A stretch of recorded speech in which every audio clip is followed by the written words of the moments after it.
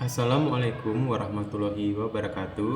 Halo semuanya, perkenalkan nama saya Koirudin, mahasiswa dari program studi Sistem Komputer Universitas Pembangunan Panca Budi Medan. Dalam video kali ini, saya akan membahas materi tentang sistem pakar yang merupakan tugas dari ujian akhir semester mata kuliah Bisnis Cerdas. Dalam video ini akan menjelaskan tentang pengertian sistem pakar, komponen-komponennya, serta disertai contoh kasus penerapan sistem pakar dalam kehidupan nyata. Semoga dengan video ini dapat bermanfaat untuk kita semua. Mari kita langsung saja mulai pembahasannya. Sistem pakar. Sistem pakar yaitu sistem atau program komputer yang dirancang untuk meniru atau mengadopsi cara berpikir dan pengetahuan manusia yang ahli atau pakar ke dalam sistem komputer agar program komputer dapat menyelesaikan masalah atau mengambil keputusan sebaik para ahli. Nah, jadi di sini pengetahuan manusia yang ahli atau pakar tersebut yaitu akan disimpan dalam sistem pakar dalam bentuk tertentu dan sistem pakar tersebut dapat menalar untuk menyelesaikan masalah sebaik para ahli atau pakar. Jadi ada beberapa alur ya, sehingga komputer tersebut dapat menyelesaikan suatu masalah atau mengambil keputusan.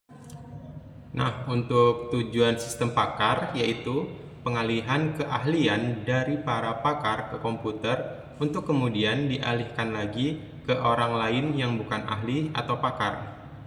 Jadi ada 3 subjek yaitu para pakar, komputer, dan orang lain yang bukan ahli atau pakar. Nah, untuk mencapai tujuan tersebut, sistem memerlukan beberapa hal, yaitu pengetahuan dari para ahli atau sumber lainnya, representasi pengetahuan ke komputer, inferensi pengetahuan, yaitu untuk menalar, dan juga pengalihan pengetahuan ke user. Nah, dari gambar berikut adalah struktur dasar atau komponen dari sebuah sistem pakar.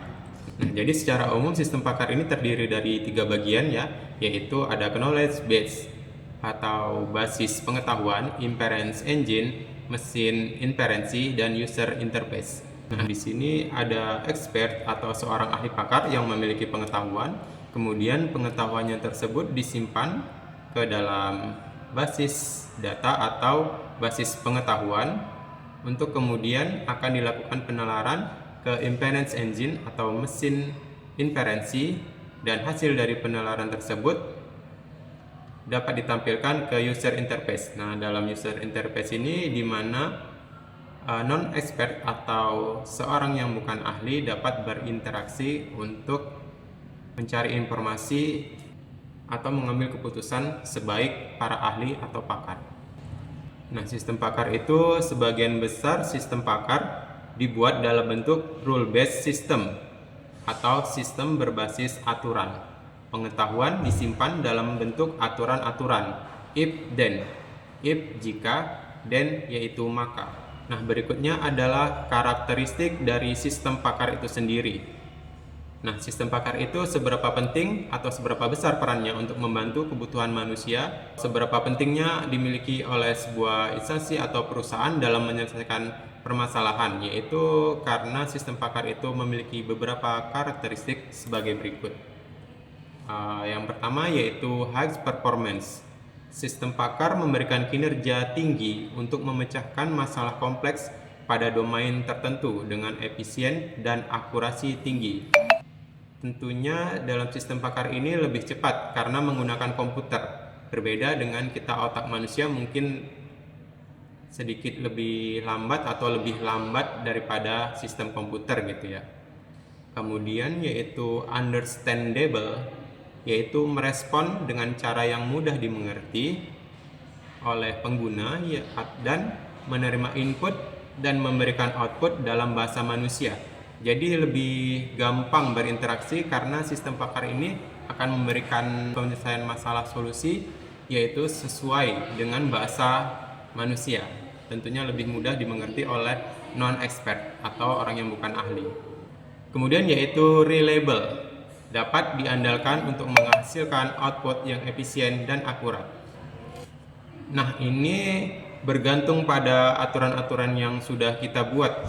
Jadi kalau misalnya aturannya itu di dalam sistem pakar tersebut itu sudah lengkap, sudah cukup dan tidak kurang, maka sistem pakar tersebut bisa dianggap reliable. Jadi kalau misalnya aturan masih kurang atau sedikit, maka sistem pakar tersebut bisa saja salah dalam mengambil keputusan dan tidak bisa disebut reliable. Kemudian yaitu highly responsive, dapat memberikan hasil untuk query kompleks dalam waktu yang singkat. Tentunya karena ini mesin komputer ya, bukan kita manusia, jadi bisa lebih cepat dalam memberikan respon. Kemudian kita masuk ke dalam contoh sistem pakar. Contoh sistem pakar ini yaitu yang sudah dibuat di beberapa bidang. Jadi contohnya dalam bidang kesehatan yaitu ada Meichin yang berfungsi mendiagnosis inspeksi bakteri dan memberikan rekomendasi antibiotik. Jadi contoh dari Meichin ini misalnya ada pasien datang dengan keluhan demam tinggi, nyeri tenggorokan. Kemudian si Meichin ini akan menganalisis data gejala dari hasil laboratorium tersebut, kemudian menyimpulkan infeksi bakterinya itu apa dan memberikan rekomendasi antibiotiknya begitu. Kemudian ada diagnosa. Jadi diagnosa ini membantu mendiagnosis penyakit secara umum berdasarkan gejala pasien. Ya misalnya pasien sakit kepala, nyeri otot. Jadi diagnosa ini akan menganalisis dan memberikan beberapa kemungkinan penyakit seperti misalnya flu ataupun DBD mungkin. Kemudian dalam bidang pertanian yaitu ada Dexpert. Dexpert ini mendeteksi hama dan penyakit tanaman padi ya. Misalnya ada contoh kasus padinya itu ada gejala-gejala menguning atau ada bercak coklatnya. Kemudian dengan Dexpert ini akan menganalisis dan menyimpulkan bahwa tanaman tersebut terkena penyakit apa, misalnya penyakit blast gitu, serta penanganannya seperti apa sarannya. Kemudian SIPEC yaitu untuk mengidentifikasi masalah pada tanaman seperti jagung, padi, dan sayuran. Jadi contohnya misalnya petani jagung melaporkan daunnya menguning dan layu. Kemudian dengan SIPEC ini mengidentifikasi adanya gejala kekurangan nitrogen dan merekomendasikan pemberian pemupukannya itu seperti apa. Kemudian yang berikutnya yaitu bidang teknik atau industri. Ada prospektor. Jadi misalnya seorang geolog akan memasukkan data geologis suatu wilayah dan sistem tersebut akan menganalisa sumber mineral apa saja yang ada di dalam wilayah tersebut gitu. Kemudian ada Exxon R1 yang membantu merakit sistem komputer secara otomatis di perusahaan DC. Jadi misalnya ketika pelanggan memesan konfigurasi komputer tertentu, Exxon akan memilihkan ini komponen yang mana yang kompatibel dan mengatur perakitannya secara efisien tanpa kesalahan manusia. Nah, dalam bidang hukum ada Lexis atau Westlaw. Ini untuk pencarian dan analisis hukum, legal reasoning. Nah, misalnya seorang pengacara itu mau mencari presiden hukumnya gitu untuk kasus pencemaran nama baik. Nah, sistem pakar Lexis atau Westlaw ini menyediakan ringkasan keputusan hukum terkait undang-undang, argumen-argumen dari kasus yang serupa tersebut. Nah, dalam bidang keuangan itu ada credit expert system yang berfungsi menilai kelayakan kredit seseorang. Jadi misalnya ada seseorang mengajukan pinjaman di bank. Nah, sistem ini akan menganalisis histori dari kredit orang tersebut. Histori kreditnya, penghasilannya, hutang piutangnya, dan faktor-faktor lain yang akan dijadikan dasar keputusan bahwa seseorang tersebut pinjamannya akan disetujui atau ditolak. Nah, untuk berikutnya yaitu ada kecerdasan alami versus sistem pakar. Jadi kita akan memberikan gambaran perbedaan antara kecerdasan alami dan kecerdasan sistem pakar. Nah, kalau yang pertama itu kecerdasan alami itu mudah rusak atau lupa. tidak dapat diprediksi. Nah, kalau sistem pakar itu permanen ya dan bersifat konsisten. Tentunya kita manusia itu, otak kita berpikir itu ada batasannya ya. Jadi mudah rusak, lupa. Itu kita di luar dari kemampuan kita. Beda dengan mesin ya atau sistem komputer. Dia bisa bersifat permanen dan konsisten. Kemudian kecerdasan alami itu susah untuk proses transfer dan dokumentasi data. Jadi misalnya kecerdasan alami itu kita mau proses data, misalnya kita harus melalui mengirim surat atau mengirim melalui apa yang membutuhkan waktu lama. Sementara dari kecerdasan sistem pakar ini untuk transfer data itu sangat mudah. Dan dokumentasi data itu juga sangat mudah begitu. Nah, perbedaan berikutnya yaitu dari SDM ahli mahal. Jika kita butuh suatu keputusan atau informasi dari seorang ahli pakar, tentunya ahli pakar itu mahal ya. Misalnya dokter spesialis kandungan, tentunya kita jika menginginkan informasi dari beliau yang seorang pakar ini tentunya memakan biaya yang cukup lumayan. Beda dengan kecerdasan dari sistem pakar ini yang kapan saja bisa kita buka, kita cari karena lebih hemat dan biaya dibanding SDM ahli. Karena kapan saja jika kita sudah punya sistemnya, kapan saja kita bisa menggunakannya. Nah, kemudian keunggulan dari sistem pakar. Yang pertama yaitu availability, mudah didapat karena perangkat lunak diproduksi secara besar-besaran atau secara massal. Jadi sebuah sistem pakar yang sudah diproduksi tersebut bisa saja dikopi dan digunakan oleh banyak pihak. Kemudian yaitu berikutnya less production cost, biaya produksi sistem pakar sangat masuk akal dan terjangkau. Kemudian yaitu speed, memiliki kecepatan tinggi dan mengurangi jumlah pekerjaan. Tentunya karena sudah dari sistem komputer memiliki kecepatan tinggi ya. Jadi ada beberapa pekerjaan yang harusnya dilakukan secara manual bisa cepat terselesaikan. Kemudian yaitu less error rate, tingkat kesalahan jauh lebih rendah dibandingkan dengan kesalahan manusia. Karena sudah ada database-nya di dalam sistem pakar tersebut. Jadi kapan saja dalam waktu bagaimanapun sistem pakar tersebut akan memberikan informasi yang benar sesuai dengan database yang ada di dalamnya. Kemudian yaitu ada low risk, mampu bekerja di lingkungan yang berbahaya bagi manusia. Jadi misalnya seorang ilmuwan butuh penelitian di kedalaman laut yang sangat dalam. Jadi mereka menggantinya dengan menciptakan sistem pakar yaitu berupa robot untuk kemudian ditenggelamkan ke dasar laut dan diteliti oleh mereka. Begitu, dan tentunya hal ini sangat berbahaya ya jika dilakukan oleh manusia.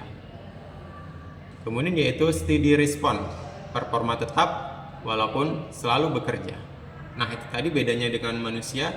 Dia tidak ada rasa capek, rasa mood, rasa bosan, rasa apa ya seperti manusia. Jadi kapanpun kita membutuhkannya, sistem pakar tersebut selalu ada. Nah, dari kelebihan-kelebihan tersebut, sistem pakar ini tetap memiliki keterbatasannya atau kekurangan. Berikut kekurangan atau keterbatasan dari sistem pakar, yaitu tidak 100% selalu benar. Jadi informasi yang ditampilkan oleh sistem pakar ini tidak 100% selalu benar. Kenapa? Karena sistem pakar tersebut hanya bekerja berdasarkan pengetahuan yang telah dimasukkan atau ke dalam rule-based system tadi. Jadi bukan dari intuisi atau pengalaman langsung begitu. Jadi jika kondisi pengguna tidak sesuai dengan aturan yang ada, maka hasil yang diberikan pun bisa saja keliru gitu ya. Karena hasil dari sistem pakar harus tetap diverifikasi oleh manusia, terutama dalam bidang kritis seperti kesehatan. Yang kedua yaitu tidak benar-benar bisa menduplikasikan cara manusia dalam mengambil keputusan. Jadi kalau manusia itu mengambil keputusan itu tidak hanya berdasarkan fakta gitu, seperti sistem pakar yang sudah ada database-nya, tinggal memberikan saja. Jadi kalau manusia itu juga menggunakan intuisi, pengalaman pribadinya dia, dan juga ada konteks emosional dari manusia tersebut sendiri. Nah, sistem pakar ini tidak akan mampu memahami nuansa atau yang suasananya seperti ini gitu, sehingga ya keputusannya itu lebih bersifat mekanis dan terbatas gitu. Kemudian yaitu jika pengetahuan yang dimiliki sedikit atau terbatas, hasil yang ditampilkan kemungkinan salah. Jadi sistem pakar ini bergantung pada basis pengetahuannya ya, atau knowledge base yang dimasukkan ke dalam sistem tersebut. Nah, jika rule yang tersedia tersebut tidak cukup semua menampung kemungkinan kasus yang dibutuhkan, maka sistem ini bisa saja memberikan hasil yang tidak akurat ataupun salah gitu. Kita tidak bisa mengenali situasi tersebut. Nah, kemudian yang keempat yaitu hanya dibuat untuk satu domain spesifik. Jadi sistem pakar itu umumnya dirancang untuk satu bidang saja, misalnya bidang kesehatan. Sistem pakarnya seperti yang sudah saya jelaskan tadi, contoh-contohnya dalam bidang pertanian atau hukum. Jadi ia tidak dapat digunakan secara efektif di luar domain tersebut karena tidak memiliki pengetahuan atau aturan dari bidang lain. Kemudian yaitu tidak mempunyai emosi. Nah, bagaimana manusia tadi dalam mengambil keputusan yang melibatkan rasa empatinya dan emosinya, beda dengan sistem pakar ini yang tidak dapat merespon secara empatik atau memperhitungkan perasaan pengguna. Nah, dalam situasi tertentu seperti memberikan diagnosis penyakit serius, respon yang tidak sensitif atau terlalu kaku bisa menimbulkan dampak psikologis bagi pengguna. Kemudian yaitu tidak adanya common sense. Common sense itu adalah pengetahuan dasar yang dimiliki manusia ya, misalnya pengetahuan alami, misalnya api itu panas, dan itu pengetahuan dasar. Nah, ini tidak dimiliki oleh sistem pakar. Kemudian tidak bisa belajar mandiri, harus diupdate secara manual. Jadi berbeda dengan sistem kecerdasan buatan modern seperti machine learning. Jadi sistem pakar itu tidak memiliki kemampuan untuk belajar dari data baru. Jadi setiap ada perubahan atau tambahan pengetahuan itu harus dilakukan update data ke dalam sistem tersebut. Begitu. Berikutnya yaitu kita masuk ke dalam mesin inferensi sistem pakar, di mana dilakukan penalaran sehingga dapat ditarik sebuah kesimpulan atau keputusan. Sistem pakar yang populer dari inference engine ini atau mesin inferensi yaitu ada dua, forward chaining dan backward chaining. Forward chaining ini adalah maksudnya forward, yaitu penalaran maju atau berurutan secara maju. Chaining yaitu saling terkait atau berantai atau saling terkait. Jadi forward chaining itu yaitu penalaran yang maju yang saling terkait. Kemudian ada backward chaining. Backward chaining yaitu kebalikan dari forward chaining. Back itu mundur, jadi backward chaining yaitu penalarannya secara mundur. Nah, definisinya yaitu untuk forward chaining yaitu teknik pencarian yang dimulai dengan fakta yang diketahui. Kemudian mencocokkan fakta-fakta tersebut dengan bagian if dari rules if then. Bila ada fakta yang cocok dengan bagian if, maka rule tersebut bisa dieksekusi. Lalu bagaimana dengan fakta yang tidak ada di bagian if? Tentu tidak akan dieksekusi ya. Kemudian pengertian dari backward chaining yaitu kebalikan dari forward chaining. Backward chaining, metode yang prosesnya dimulai dengan tujuan atau goalnya dari akhirnya, berarti dari mundur. Metode inferensi bekerja mundur ke arah kondisi awal, dari belakang ke depan begitu. Nah, proses ini diawali dari goal yang berada di bagian then dari rule if then. Kemudian pencarian akan dimulai, dijalankan untuk mencocokkan apakah fakta-fakta yang ada cocok dengan premis-premis di bagian if. Nah, berikutnya yaitu kita akan masuk ke studi kasus dari forward chaining. Jadi di forward chaining ini kita akan mengambil contoh sebuah pengetahuan dari seorang pakar. Nah, dalam hal ini pakarnya itu adalah seorang dokter Nah, informasi dari dokter itu misalkan saja dokternya yaitu saya buat sendiri informasinya. Jadi ini hanya sebagai contoh saja ya. Contoh kasusnya yaitu ada diagnosa penyakit asam lambung berdasarkan gejala yang dialami pasien. Dengan gejala 1 atau G1 yaitu mual, G2 yaitu nyeri ulu hati, G3 muntah, G4 sesak napas. Nah, untuk R1 itu ada G1 atau mual yaitu asam lambung ringan, G1, G2 dan G3 yaitu mual, nyeri ulu hati, muntah yaitu asam lambung sedang. Kemudian ada R3 yaitu G1, G2, G3 dan G4 mual, nyeri ulu hati, muntah, sesak napas yaitu asam lambung parah. Kemudian ada R4, R5, R6. Misalnya ada R4, jika asam lambung ringan maka jaga pola makan. Nah, R5 ada jika asam lambung sedang maka berobat ke dokter. Dan R6 ada jika asam lambung berat dan maka rawat inap di rumah sakit. Nah, kemudian kita masuk ke kasus dalam dunia nyatanya. Misalnya contoh kasus dari Paula Channing. Denia menderita perut mual selama 3 hari. Pada hari berikutnya ada gejala nyeri ulu hati dan juga muntah. Kemudian Denia menggunakan sistem PACAR untuk mendeteksi asam lambung untuk membantu diagnosanya. Nah, kita lihat di sini faktanya yaitu mual dan nyeri ulu hati dan muntah.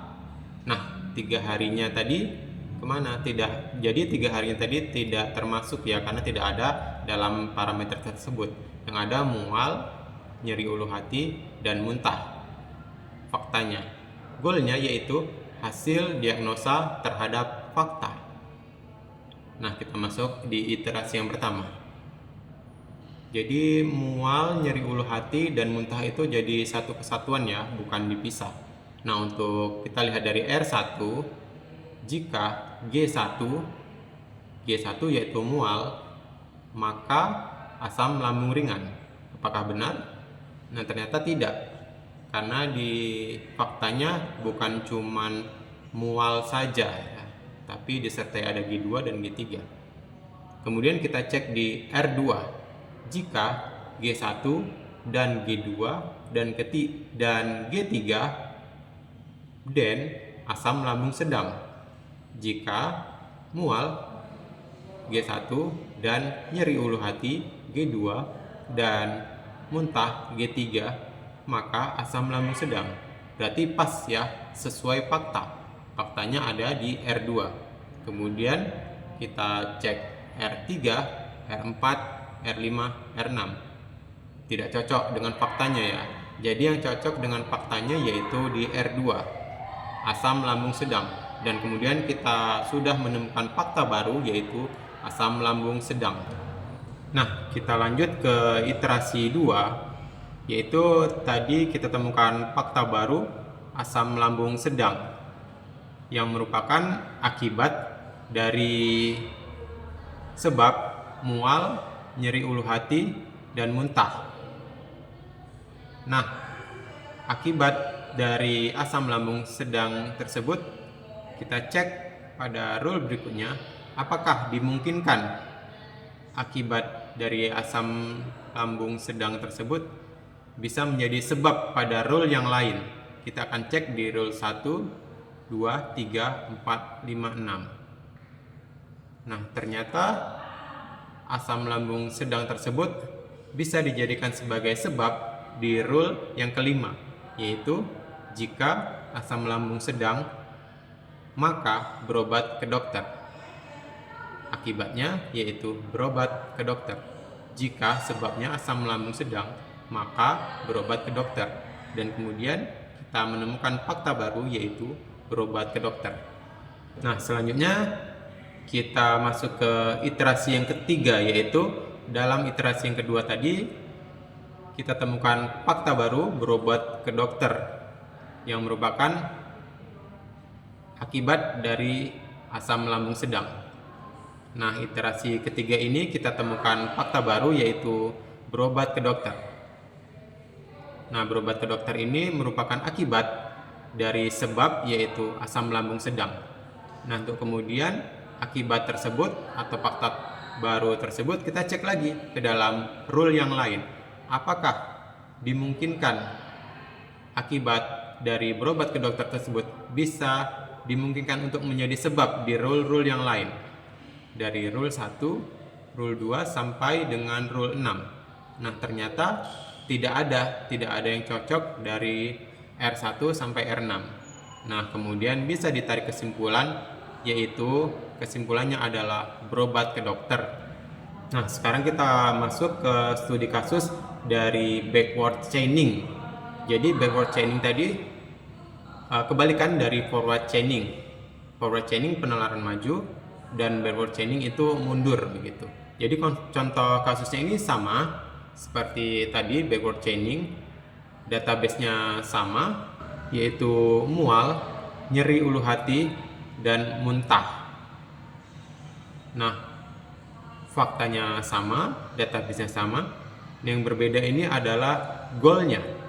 Goalnya itu adalah akibat atau kesimpulan dari DEN, dari perintah DEN-nya, dari DEN, yaitu apakah berobat ke dokter diharuskan.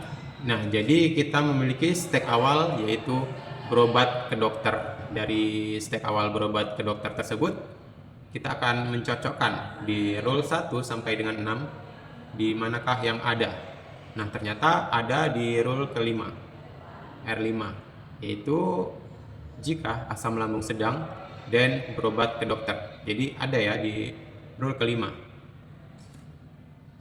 Nah, yang repotnya itu jika tidak ada di rule 1 sampai dengan 6, maka tidak bisa ditemukan ya, tidak bisa dicari. Jadi misalnya ada goalnya, yaitu apakah belajar sistem pakar memusingkan. Nah, tentunya tidak ada ya dari sini, jadi tidak bisa diproses. Kemudian kita mendapatkan step akhir, yaitu berobat ke dokter sebagai akibatnya, dan sebabnya yaitu asam lambung sedang. Jadi asam lambung sedang tersebut apakah ada di database, dan tidak ada. Jadi kita masukkan di step akhir ya. Nah, kemudian kita masuk ke iterasi kedua. Nah, di iterasi yang kedua ini kita punya sub goal, yaitu asam lambung sedang. Nah, step awalnya yaitu tadi asam lambung sedang, berobat ke dokter. Nah, kemudian kita cek dari asam lambung sedang tersebut apakah ada di rule 1 sampai dengan 6. Ternyata ada di rule kedua, yaitu jika G1 dan G2 dan G3 maka asam lambung sedang. Jadi asam lambung sedang merupakan akibat yang ditimbulkan dari sebabnya, yaitu G1, G2, dan G3, yaitu mual, nyeri ulu hati, dan muntah. Nah, kita cek sebabnya di mual, nyeri ulu hati, dan muntah apakah ada di database. Nah, ternyata ada di database. Jadi asam lambung sedang tadi kita keluarkan dari step akhirnya karena ada di database, yaitu databasenya mual, nyeri ulu hati, dan muntah, maka asam lambung sedang. Jadi step akhirnya tinggal berobat ke dokter. Lalu kita lanjut ke iterasi yang ketiga, yaitu maka di iterasi yang ketiga langsung menuju goal, yaitu berobat ke dokter. Dan kita langsung masukkan ke dalam rule 1 sampai 6. Apakah ada di rule 1 sampai 6? Ternyata ada di rule kelima, yaitu jika asam lambung sedang maka berobat ke dokter. Nah, step awalnya tinggal berobat ke dokter. Nah, ternyata berobat ke dokter adalah menjadi akibat dari asam lambung sedang. Kemudian kita cek asam lambung sedang tersebut apakah ada di database, dan ternyata ada. Dan kita bisa tarik kesimpulan, yaitu sebabnya jika asam lambung sedang maka berobat ke dokter. Dan langsung kita tarik kesimpulan, yaitu berobat ke dokter. Nah, demikian tadi pemaparan tentang sistem pakar. Terima kasih sudah menyaksikan. Kita jumpa di materi berikutnya. Assalamualaikum warahmatullahi wabarakatuh.